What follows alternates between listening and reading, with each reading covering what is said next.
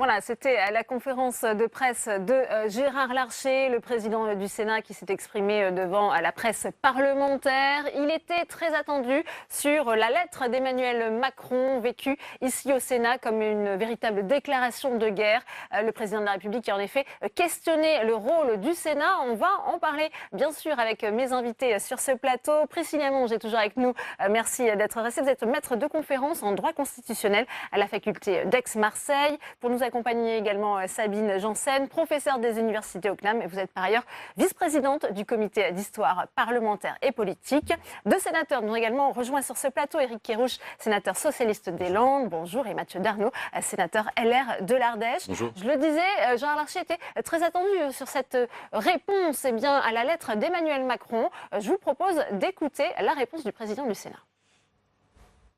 Je voudrais vous préciser que le président de la République ne m'avait même pas prévenu de sa lettre, ni même que le Parlement allait être questionné. Alors qu'il avait su m'envoyer un message le 22 décembre pour remercier le Sénat sur la manière dont il s'était comporté au moment du complément, vous savez, du texte qui portait complément du projet de loi de finances. Je lui ai dit que je pensais que nous avions des relations loyales, sincères, et est-ce qu'à l'avenir, nos relations devraient se limiter à ce qui est prévu strictement dans la Constitution? Et que donc j'ai perçu cela. Il m'a assuré, et je ne suis pas naïf, mais je suis quelqu'un qui fait confiance, il m'a assuré qu'il n'en était rien. Donc j'en donne acte et je lui ai dit que je le dirais publiquement. La démocratie représentative, c'est un bien extrêmement précieux. Et on ne peut pas le livrer uniquement, j'allais dire, à l'encan d'un rétablissement politique transitoire. Donc, bien sûr que la démocratie représentative doit aussi s'interroger, mais sur qui s'appuie le président de la République aujourd'hui ? Si ce n'est sur les premiers représentants de la démocratie représentative que sont les conseillers municipaux et les maires. La démocratie représentative, elle va du conseil municipal au président de la République. Et donc sur ce sujet, je crois que nous devons être attentifs, mais c'est aussi sa responsabilité. C'est lui le gardien de la Constitution. C'est lui le gardien des principes laïques, démocratiques, social et décentralisés. Pas de fusion entre le Sénat et le Conseil économique, social et environnemental. C'est ce qu'a dit Emmanuel Macron à Gérard Larcher. Avant d'en débattre en plateau, on repasse Salon Beaufranc. Vous nous attendez Tam Tranu avec le président du groupe centriste ici au Sénat, le sénateur des Hauts-de-Seine, Hervé Marseille. C'est à vous. Oui, nous allons revenir sur cette question du bicamérisme et de cette lettre aux Français d'Emmanuel Macron qui aurait toutefois assuré à Gérard Larcher qu'il n'y aura pas de fusion entre le CESE et le Sénat. Mais on a senti que c'était un véritable sujet de tension et que Gérard Larcher n'avait même pas été averti de cette lettre. Il l'a dit tout à l'heure lors de cette conférence de presse. Absolument. Je pense qu'il aurait été courtois que le président de la République adresse au président des chambres sa lettre pour qu'ils en aient connaissance peut-être quelques instants avant sa parution, d'autant qu'on parle du Sénat chez nous. Et ensuite, c'est vrai que le paragraphe est malheureux. Un seul paragraphe pour parler à la fois du CESE et du Sénat, laissant supposer qu'il pouvait y avoir des rapprochements. C'est pas très heureux. Le président du Sénat... Prolonger des mois de tension entre le Sénat et l'exécutif. Le président de la République, c'est ce que nous a dit Gérard Larcher, lui a confirmé qu'il n'y aurait aucune difficulté, qu'il n'était pas question de fusionner, ni même de rapprocher les deux institutions. Au demeurant, la Constitution prévoit des procédures, donc il faudrait en passer par là d'abord.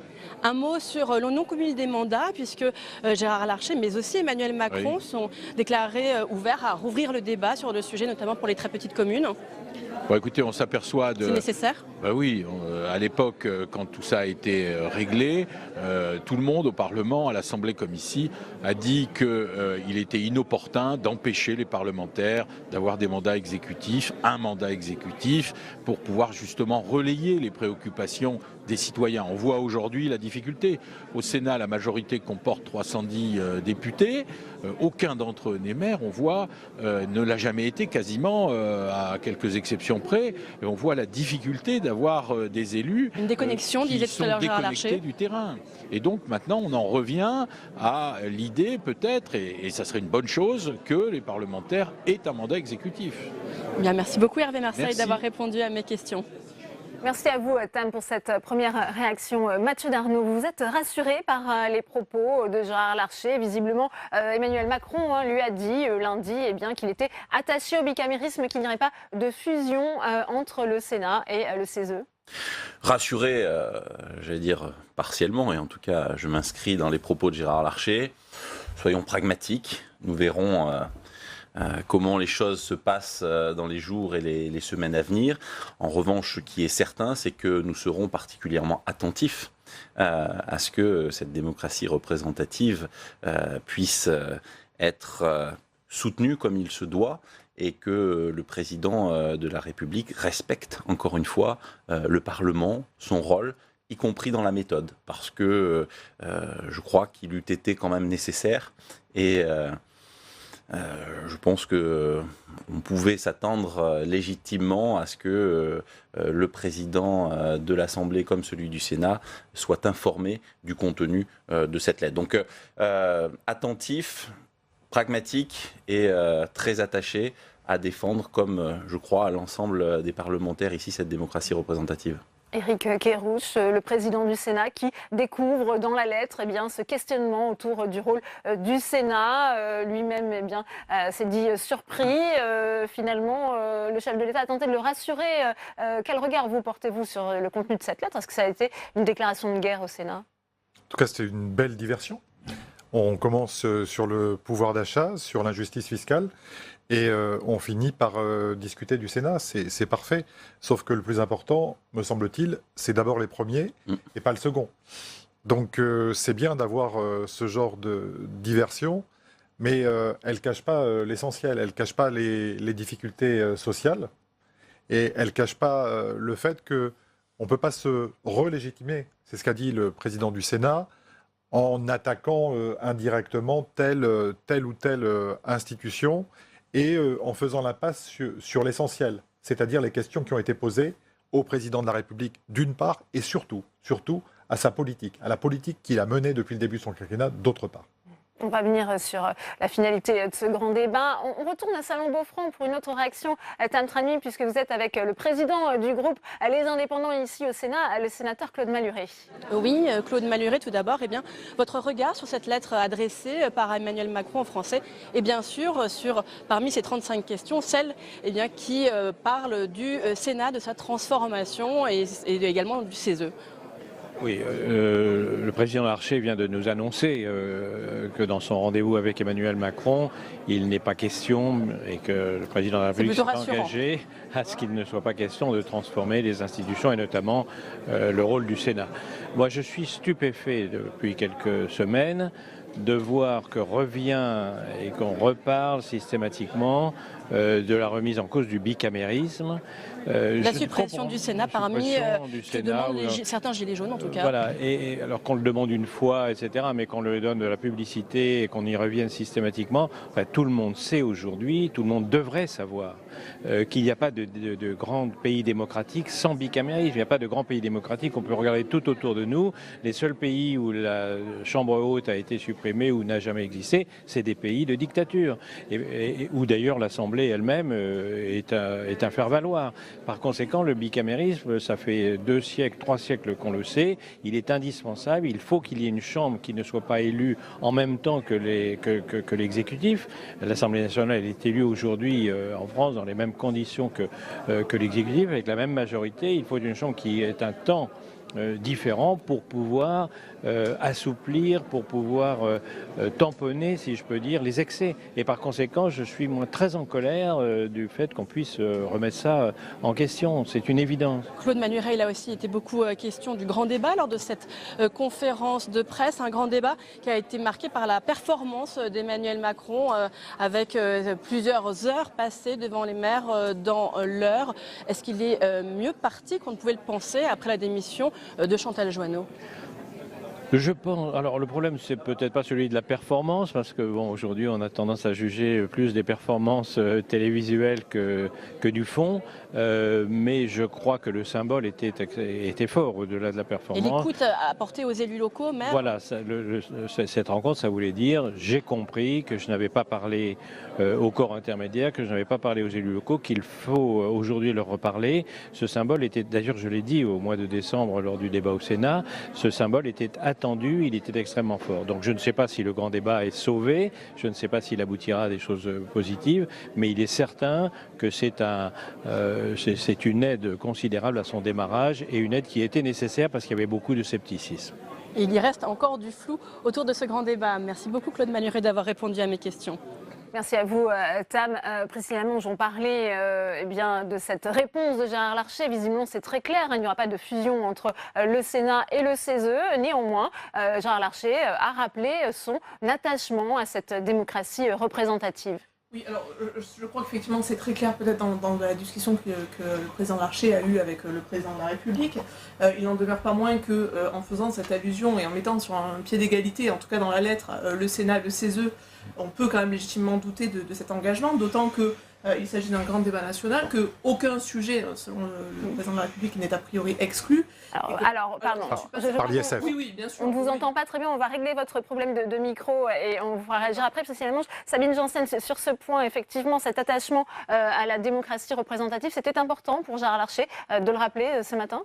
Oui, parce que si vous voulez, une fois de plus, le Sénat pourrait jouer le rôle d'un bouc émissaire. Et visiblement, Gérard Larcher a de façon feutrée mais bien nette taclé, si je puis dire, le président de la République et rappelé que ce qui est essentiel précisément à un moment où on connaît des mouvements sociaux un peu erratiques et anarchiques, c'est essentiel de retrouver des canaux de dialogue. Et ce qui m'a beaucoup frappé aussi dans son intervention, c'est cette logique de responsabilité qu'il a invoquée en disant il faut être vigilant, mais en même temps, puisqu'on passe des ronds-points à la table ronde, il est important que tout le monde se mette autour de la table et discute. Et je dirais que c'est d'autant plus important pour Emmanuel Macron qu'il n'est pas élu. Il est tout jeune, il n'a pas eu de carrière d'élu. Et donc, c'était assez d'ailleurs amusant de voir Gérard Larcher lui expliquant qu'il fallait qu'il aille voir les maires et donc qu'il redécouvre les territoires. On sait que par le passé, des gens comme De Gaulle, comme Mitterrand connaissaient leur territoire, enfin le territoire français, sur le bout des doigts, qu'ils ont fait des centaines et des centaines de voyages. Et donc là, il y a un appel de Gérard Larcher à Emmanuel Macron à prendre le pouls de la France profonde. Oui, donc excusez-moi, je disais que effectivement aucun sujet n'est exclu, en tout cas dans la forme, mais évidemment des sujets qui sont d'ores et déjà exclus, comme l'ISF. Et d'ailleurs, le président de la République rappelle sa détermination aussi au début de la lettre. Alors, il ne dit pas garder le cap parce que c'est quelque chose qui ne leur a pas servi au mois de novembre, mais de conserver les orientations qui avaient été définies. S'il ressort de ce grand débat national qu'effectivement du cahier des doléances et du grand débat national que les Français se prononcent en faveur d'une fusion Sénat-CESE, ce que très sincèrement je ne pense pas, mais s'il ressort de ce grand débat national effectivement une fusion, je vois mal comment le président de la République va pouvoir dire finalement c'était un sujet qui était exclu et qui n'a pas été mis sur la table. Et encore une fois, la lettre du président de la République est pour le coup ambiguë. Alors justement, puisqu'on parle de ce grand débat, Gérard Larcher était également attendu sur son rôle et sur le garant qu'il a souhaité nommer, même s'il a préféré le terme d'observateur. C'est le politologue Pascal Perrineau qui a été choisi par le président du Sénat. Je vous propose de l'écouter. Je me suis prononcé pour le grand débat. Je ne suis pas dupe non plus.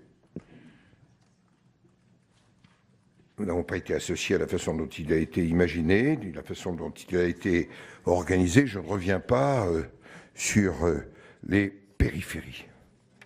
Mais comment pourrait-on refuser une initiative qui tente de passer du rond-point à la table ronde ? Il faut être prudent, il faut être vigilant, attentif à toute tentative d'instrumentalisation. Il faudra aussi être exigeant sur la suite que l'exécutif proposera de donner à cette consultation. Mathieu Darnaud, finalement, on en parlait, une sorte de changement de pied peut-être de la part des Républicains qui sont prêts à organiser et à participer à ce grand débat. Non, nous avons toujours été clairs, la volonté de participer au débat, en faisant des propositions, en ayant une contribution active. Je crois qu'aujourd'hui, le but du jeu n'est pas d'être sur la défensive, mais d'être acteur et de montrer justement, mais ici même au Sénat, comme dans les différentes formations politiques, qu'on n'a pas à craindre le débat.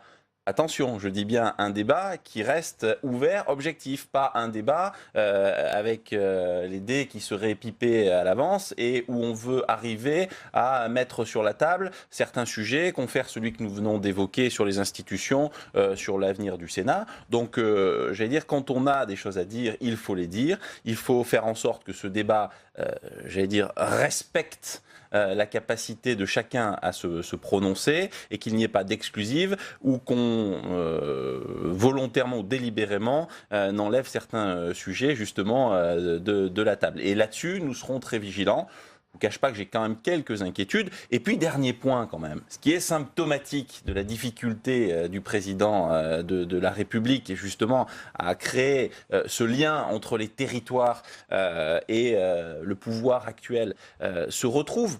Aujourd'hui, il fait appel finalement aux maires, ceux qu'il a mis à mal, qu'il a refusé d'aller voir au Congrès des maires, préférant les inviter, en inviter certains à l'Élysée. Or, aujourd'hui, on se rend compte finalement que les fondamentaux de la République sont toujours les mêmes, que rien n'a changé et que nous avons besoin, comme nous le disions tout à l'heure. Elle est peut-être tardive, mais... Oui, mais bon, à un moment donné, je crois qu'on a besoin aussi d'être réactif. On ne peut pas se dire à chaque fois qu'il y a une prise de conscience qui est tardive et je pense qu'il est du rôle du président de la République de reconnaître justement, y compris le travail du Sénat d'ailleurs, peut-être qu'on y reviendra, mais et vraiment de faire en sorte que les maires aient la considération qu'ils méritent. Mathieu Darnaud, sur cette déconnexion supposée du chef de l'État avec les territoires, Gérard Larcher l'a redit, il y aura peut-être cette question du non-cumul des mandats qui va revenir dans les débats. Emmanuel Macron ne serait pas opposé à cette idée. Mais c'est très bien qu'Emmanuel Macron soit de moins en moins opposé à parler au territoire. Ceci étant, on ne peut pas tomber d'un extrême à l'autre. Et c'est exactement ce qui se passe. Pendant 18 mois, on le voit à peine parlant aux élus locaux. Et maintenant, il a besoin de ceci pour faire émerger un débat national qu'il ne maîtrise plus. Sur le cumul, je pense juste qu'il faut être sérieux. Le cumul est aboli en France et c'est une très bonne chose entre un exécutif et une fonction parlementaire parce qu'encore une fois, on ne peut pas être président de métropole et parlementaire en même temps. Ce n'est pas vrai. Et pour les petites communes, parce que ça, c'est une possibilité qui a été évoquée. C'est la deuxième précision. En revanche, que certaines fonctions locales, dans un exécutif éventuellement, mais après ça créera des déséquilibres, mais que certaines fonctions locales, dans des sociétés d'économie mixte, dans des sociétés publiques locales, puissent toujours être occupées par les parlementaires, ça serait une bonne chose. Mais encore une fois, on a l'impression que là, on arrive avec le paquet de Noël, un petit peu tard d'ailleurs, et donc maintenant, tout redevient possible en matière de discussion avec les territoires, alors qu'au moment du Congrès des maires, tout était fermé. C'est particulier. Sabine Janssen, ça serait une erreur de la part de l'exécutif de vouloir revenir sur cette question du non-cumul. Ça a été aboli, il ne faut pas revenir sur sa disposition, nous dit Éric Kerrouche. Je serais plus nuancée parce que je pense qu'il y a quand même un problème effectivement de remontée d'informations, le contact que peuvent avoir les élus nationaux avec les réalités locales. Il me semble que c'est quand même important. Alors, je dirais entre le trop-plein et le pas assez, il y a peut-être une juste mesure. C'est vrai que le cumul, c'est pas une bonne chose quand il y en a trop, c'est sûr, mais l'absence de cumul complet, je ne sais pas si c'est non plus idéal. Voilà, bon, il n'y a jamais de. C'est la règle dans les démocraties occidentales en général. Hein. Oui, mais toutes les démocraties occidentales ne se ressemblent pas, n'ont pas la même histoire. Bon, je pense que. Alors, dans ces cas-là, ça donne à ce moment-là, au Sénat, un rôle d'autant plus important.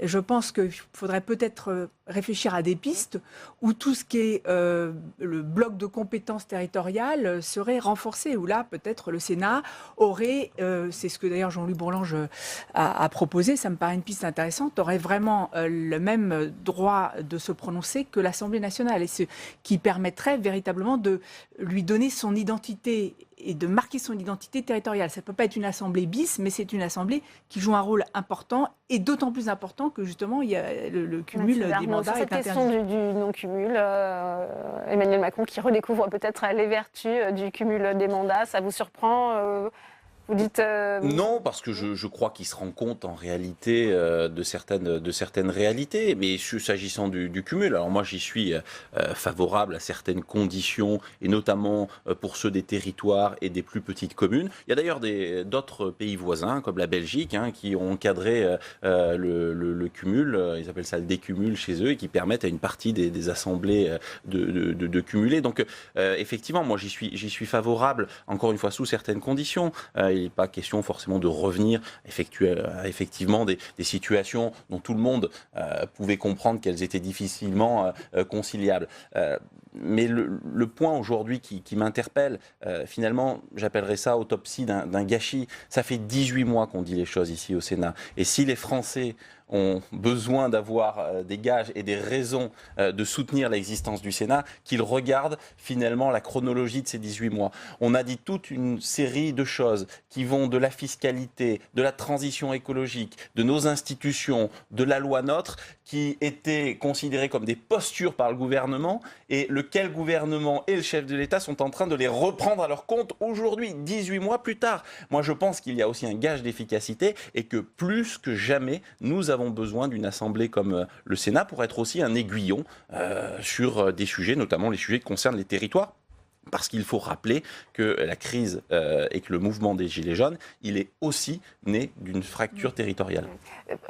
Beaucoup de choses ont été dites par Gérard Larcher, notamment il était attendu sur cette question de la révision des institutions. Je vous propose de réécouter le président du Sénat. Le référendum est un mode de consultation prévu par la Constitution, et un mode de consultation que je ne récuse nullement. Mais l'article 11 prévoit un ensemble de dispositifs et des questions, l'organisation des pouvoirs publics, la révision de traités n'étant pas constitutionnelle, l'organisation économique, sociale et environnementale. Mais l'article 11 n'est pas une voie de révision de la Constitution.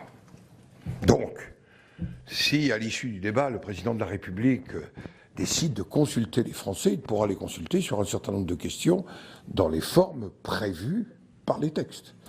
Qu'en ce qui concerne la révision de la Constitution, d'ailleurs c'est le dernier chapitre, article 89, le titre ça s'appelle « De la révision ». Et oui, et donc pour être extrêmement clair, alors je l'ai dit au président, et je lui ai posé la question aussi directe. Est-ce que votre déclaration du Congrès sur « je crois au bicamérisme », eh bien aujourd'hui, vous vous en affranchissez? Il m'a dit non. Il m'a dit non, il n'est pas question de fusion dans ma tête entre le Conseil économique, social et environnemental et le Sénat. Et s'il devait être une proposition, elle ne pourrait passer que par l'article 89. C'est moi qui ai ajouté ça. C'est un rappel utile, Président Monge. Aucune révision constitutionnelle ne pourra se faire sans l'accord des 3/5 et donc avec l'accord du Sénat. Oui, alors je crois qu'avant même l'accord des 3/5, c'est la deuxième étape qui est prévue par l'article 89, c'est-à-dire le vote du texte en termes identiques par les deux assemblées. Et là, effectivement, je crois qu'il est absolument impossible que le Sénat vote une telle révision et une telle fusion. Pour autant, alors, la position du président Larcher est un peu ambiguë parce qu'il commence par dire qu'il n'est pas opposé au référendum de l'article 11, et notamment il mentionne le premier objet qui est l'organisation des pouvoirs publics, ce qui avait d'ailleurs justifié que De Gaulle utilise cet article en 1962, puis en 1969 déjà.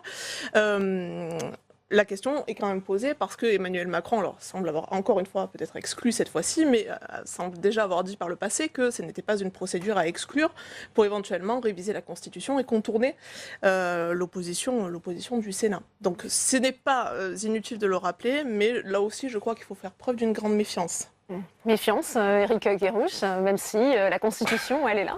Écoutez, il n'y a pas qu'une différence de taille entre Emmanuel Macron et le général de Gaulle. Je suis désolé de le dire un peu comme ça, mais on n'est pas exactement dans la même situation. Ils ne représentent pas exactement la même chose.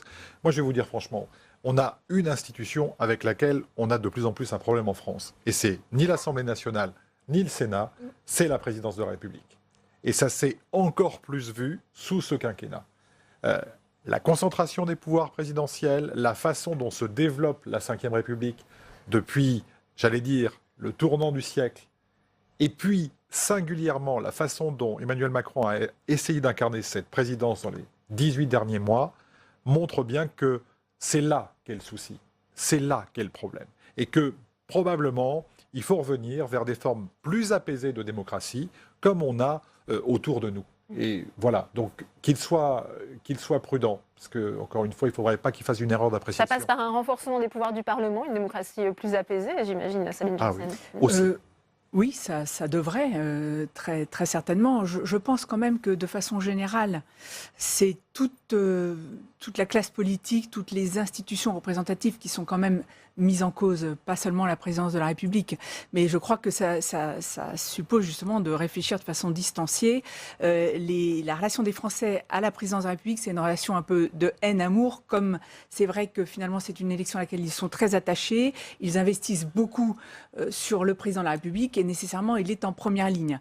Alors Emmanuel Macron semblait vouloir justement prendre une position jupitérienne, un peu plus gaullienne. On voit bien que ça n'a pas résisté aux effets à la fois de fragmentation sociale, de fracture territoriale, effectivement, qui est évidente. Je crois que c'est avec, comme l'a dit d'ailleurs le président Larcher, davantage de dialogue.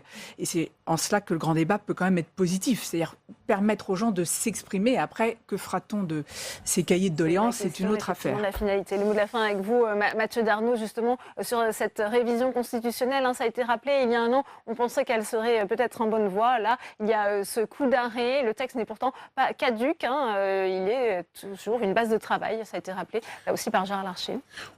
On verra quelle sera la décision du président de la République. Moi, je veux quand même tordre le cou à une idée reçue parce qu'on essaie, on le voit, on tente de caricaturer de plus en plus l'image du Sénat. Je ne parle même pas des fake news.